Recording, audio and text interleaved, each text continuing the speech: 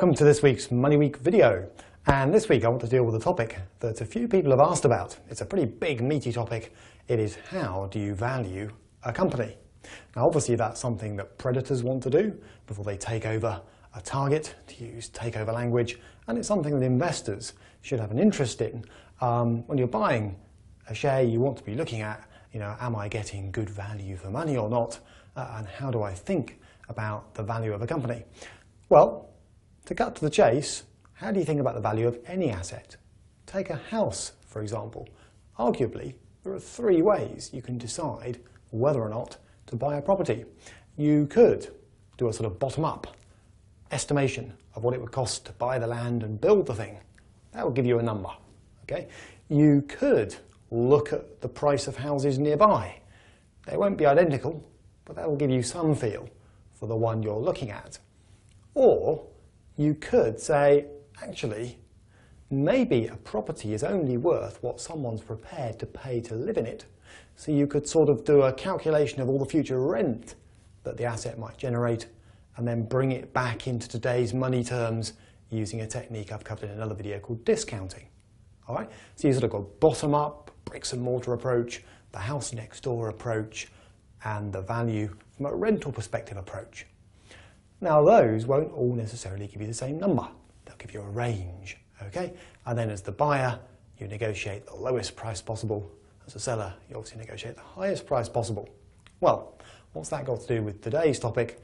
Companies can be valued using a sort of similar three-pronged approach, if you like. So in this video, all I'm going to do is outline those three approaches, and then maybe in future videos, if there's demand out there, I can take that on a stage further. So, how do you do it? All right? Well, fundamentally, it's an art rather than a science. All right? There are numbers involved, but at the end of the day, a company, like a house, is only worth what someone's prepared to pay for it, and they'll want to pay as little as possible. If you're the seller, you'll want to get as much as possible. So the idea is to establish a range. Okay, so a range to get the negotiation going in, and then obviously sellers look to achieve the top end of the range and buyers look to achieve the bottom end of the range. Now, how does it work? Well, three approaches. Remember what I said about the house just now. All right. Well, I was a little bit loose and fast with the facts, but those three approaches I described also describe the way that you can go about valuing an entire company. Okay. One of them is what's called the asset-based approach. Now in this video I'm just going to introduce the language. I'm not going to go into this in any detail, but essentially you could take a company's balance sheet as a starting point. If you're not sure what on earth a balance sheet is, see my video. It's a popular one. What is a balance sheet? Okay. You could start with the company's balance sheet, look at the list of assets, make some adjustments according to, as a buyer, whether you think they're fairly safe or not, and come up with a kind of asset-based valuation. But do you just stop there? No, okay? Because chances are you're not buying the company to simply wind it up and flog off the assets. Chances are you're buying it, like as a predator, for example, or as an investor, you're looking at the longer term. So you're looking at what you can squeeze out of it. So another approach would be the house next door approach. Okay, this is the kind of bricks and mortar approach. The house next door is called, or well, I'll call it ratio-based. And if there's demand, we can cover these in other videos. Okay, you may have come across this one if you've done a bit of this stuff before. But ratio-based is essentially saying, well, let's take similar companies, so ones from the sector that this company operates in. Let's look at something like their PE ratio or their price to sales ratio. Again, topics I cover in other videos. What is a PE ratio? What is a price to sales ratio? Okay, and let's see if we can come up with a sort of comparative number for the company that we're looking at.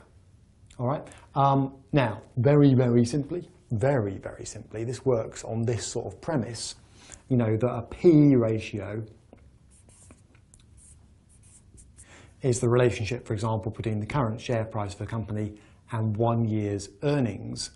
All right. So, if you've got sort of, let's say, a PE ratio of 10, okay, you can rearrange this formula, if you like a bit of maths, and say, well, the value of a firm is equal to, just multiplying that out, 10 times earnings.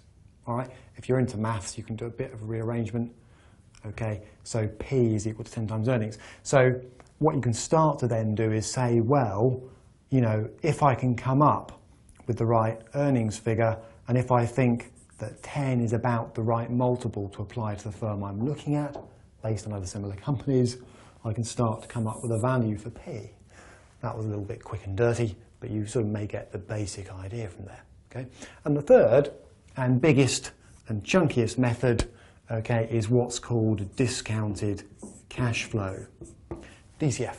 That's the kind of what's a property worth looking at its rental income in the future type approach.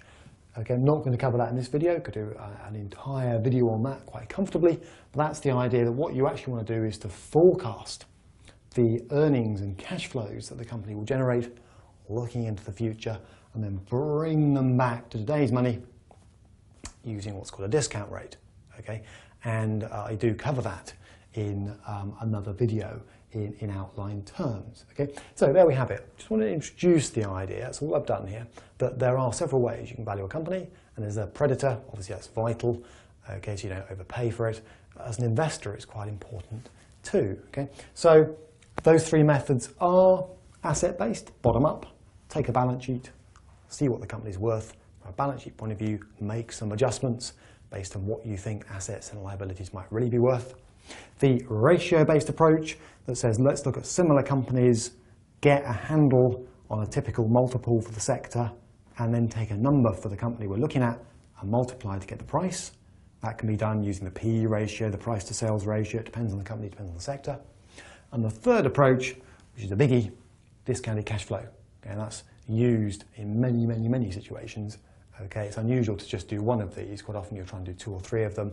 DCF's the hardest, involves the most amount of work, projecting cash flows into the future, discounting them back to get a price or a value today.